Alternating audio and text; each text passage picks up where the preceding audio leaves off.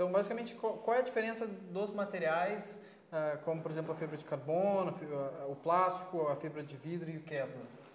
Bom, hoje nós aqui na Starplast só produzimos capacetes injetados em ABS. Mas também pode ser feitos em fibras, fibra de carbono, fibra de vidro ou fibra aramida, que também é chamada de Kevlar. Esses são os capacetes laminados. Em termos de segurança, as normas definem o mínimo que cada capacete tem que seguir. Então, todos os capacetes hoje no mercado, eles, pelo menos o mínimo definido pela norma, todos seguem. A partir daí, você pode trabalhar com os materiais para melhorar o desempenho. Então, você consegue capacetes mais leves laminados. Então, com um peso menor do que um capacete injetado, você conseguiria a mesma resistência. Ou poderia trabalhar um pouquinho mais resistente, sobrepondo um pouquinho a norma com capacete um pouco mais pesados em fibra. Sim, e qual é que é a característica desse nosso mercado, já que teve essa modificação de produção? Hoje o mercado está voltado a itens de consumo muito grande, onde um capacete justifica muito um capacete injetado, onde você tem um investimento grande nos ferramentais, e depois você tem uma produção em escalas maiores e em custo mais econômico.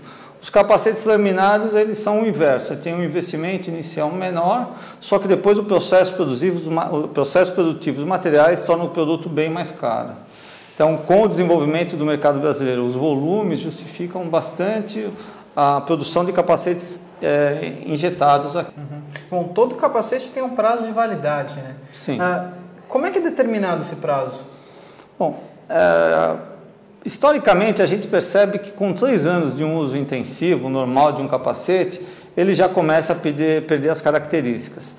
Porque o capacete é composto do casco externo e do casco interno de isopor.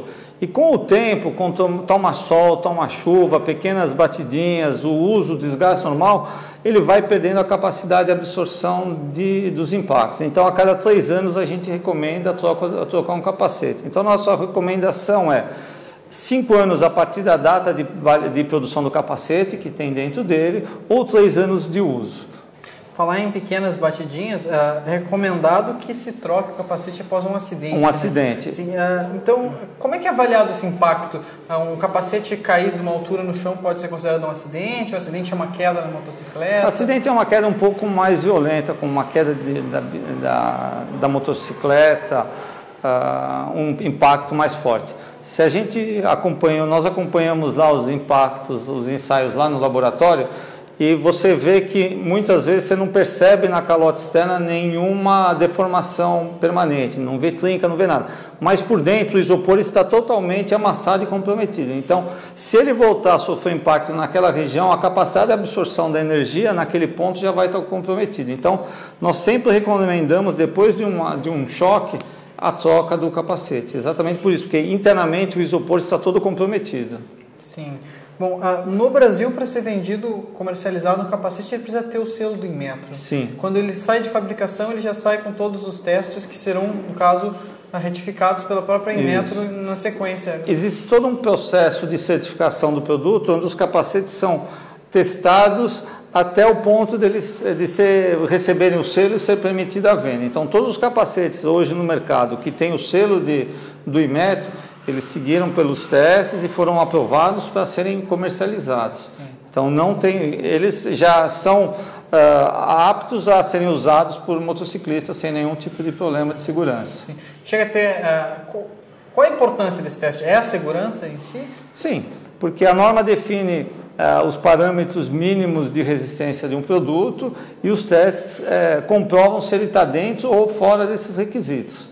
Então, esse acompanhamento que é feito pelo Inmetro junto aos laboratórios, aos fabricantes, garantem que os produtos estão dentro das normas definidas pelo Inmetro. Sim.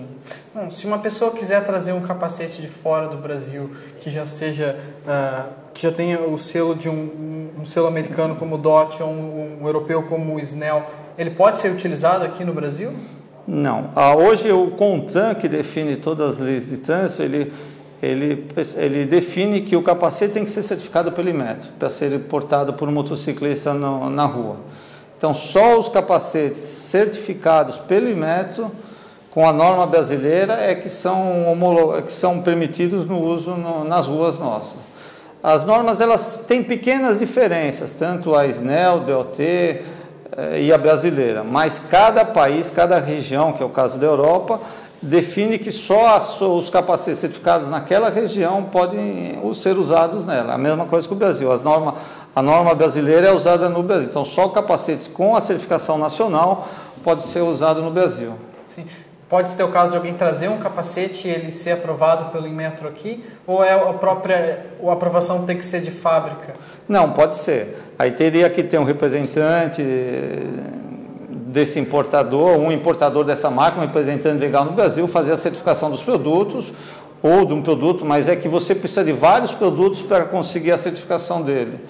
Então, para trazer um ou dois produtos, isso não é possível, não precisaria haver uma certificação de um volume para justificar a importação desses capacetes. Sim, de forma mais artesanal, mais caseira, assim, eu como proprietário, motociclista, não poderia... Legalmente, não. Sim.